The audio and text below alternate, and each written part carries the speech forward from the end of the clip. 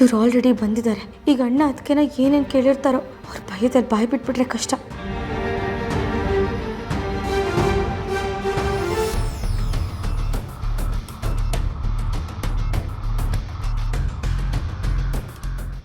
ಅರೆ ಬಂದ್ರಾ? ಎಲ್ಲಿಗೆ ಹೋಗಿದ್ರಿ? ಅಯ್ಯೋ ಯಾಕೆ ಕೇಳ್ತೀರಾ, ಅಣ್ಣ ಅದಕ್ಕೆ ಬಂದಾಗಿಂದ ನಂಗೆ ಏನು ಮಾಡ್ತಾ ಇದ್ದೀನಿ ಅಂತ ನನಗೆ ಗೊತ್ತಾಗ್ತಿಲ್ಲ. ಖುಷಿಗೆ ಅದು ಅವ್ನಿಗೆ ಏನೇನು ಇಷ್ಟ ಅದೆಲ್ಲ ತಿಂಡಿಗಳು ಮಾಡೋಣ ಅಂತ ಅಡುಗೆ ಮನೆಗೆ ಹೋದ್ನಾ, ಬೇಕಾಗಿರೋ ದಿನಸಿನೇ ಇಲ್ಲ.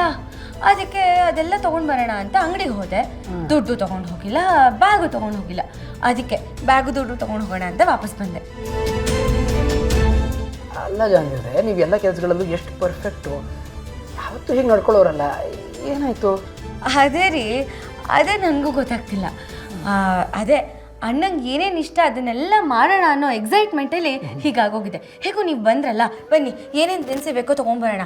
ಅಣ್ಣಂಗೆ ಮೆಂತ್ಯ ಬಾತು ಮತ್ತು ಗೋಳಿ ಬಜೆ ಅಂದರೆ ತುಂಬ ಇಷ್ಟ. ಬನ್ನಿ ಬನ್ನಿ. ಸರಿ, ಅದನ್ನೆಲ್ಲ ತೊಗೊಂಬರಕ್ಕೆ ಅಲ್ಲಿಗೆ ಯಾಕೆ ಹೋಗಬೇಕು? ಆನ್ಲೈನ್ ಆರ್ಡರ್ ಮಾಡಿದ್ರೆ ಆಯ್ತಲ್ಲ, ಇಲ್ಲಿಗೆ ಬರುತ್ತೆ. ಚೆನ್ನಾಗಿ ಹೇಳಿದ್ರಿ. ಆ ಥರ ಎಲ್ಲ ಆನ್ಲೈನಲ್ಲಿ ಆರ್ಡರ್ ಮಾಡಿಬಿಟ್ರೆ ನಾವು ಮಾಡ್ದಾಗಿರುತ್ತಾ?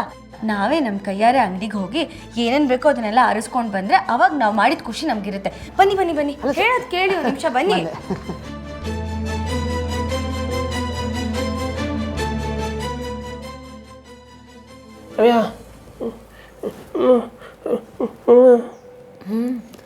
ಸುಳ್ಳು ಹೇಳಿದ್ರು.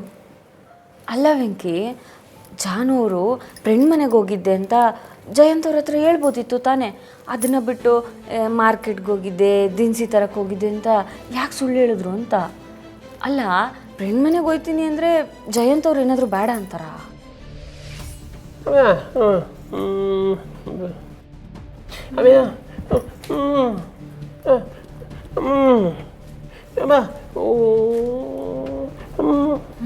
ಹೌದು, ಏನೋ ಯೋಚನೆ ಮಾಡ್ತಾನೇ ಇರ್ತಾರೆ. ಇಲ್ಲಿ ನೋಡು, ಹೋಗ್ಲಿ ಬಿಡು. ಜಾನು ಅವರು ಒಬ್ಬರೇ ಇರ್ತಾರಲ್ಲ, ಅವಾಗ ಏನು ಅಂತ ಕೇಳಮ್ಮ.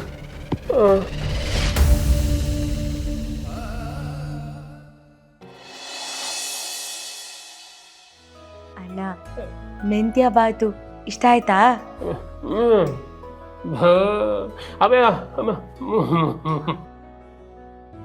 ಏನಿಲ್ಲ, ಯಾವಾಗಲೂ ತಿನ್ನೋದಕ್ಕಿಂತ ಒಂದು ತುತ್ತು ಕಡಿಮೆನೇ ತಿಂದೆ.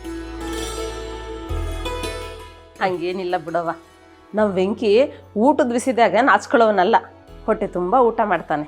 ಓ ನೋಡಿ ಜಾನು ಅವರೇ, ಅಳಿಯನ್ನ ವಹಿಸ್ಕೊಂಡ್ಬರ್ತಾ ಇರೋದು.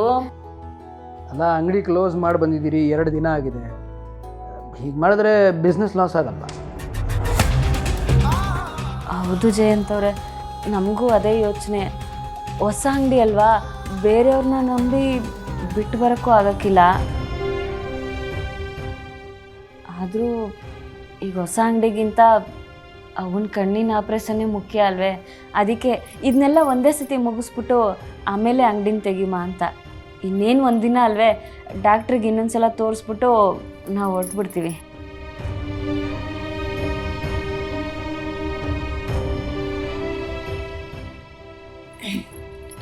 ಜಯಂತ್ ಅವರೇ, ನಿಮ್ಮ ಹತ್ರ ಒಂದು ವಿಷಯ ಮಾತಾಡಬೇಕಿತ್ತು.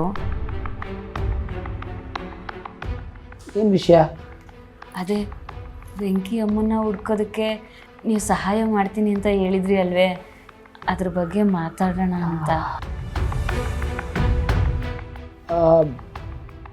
ಅದು ಕೆಲಸದ ವಿಷಯದಲ್ಲಿ ಸ್ವಲ್ಪ ಬ್ಯುಸಿ ಆಗಿಬಿಟ್ಟಿದ್ದೆ, ಹಾಗಾಗಿ ಇದ್ರ ಬಗ್ಗೆ ಗಮನ ಕೊಡೋಕ್ಕಾಗಿರಲಿಲ್ಲ.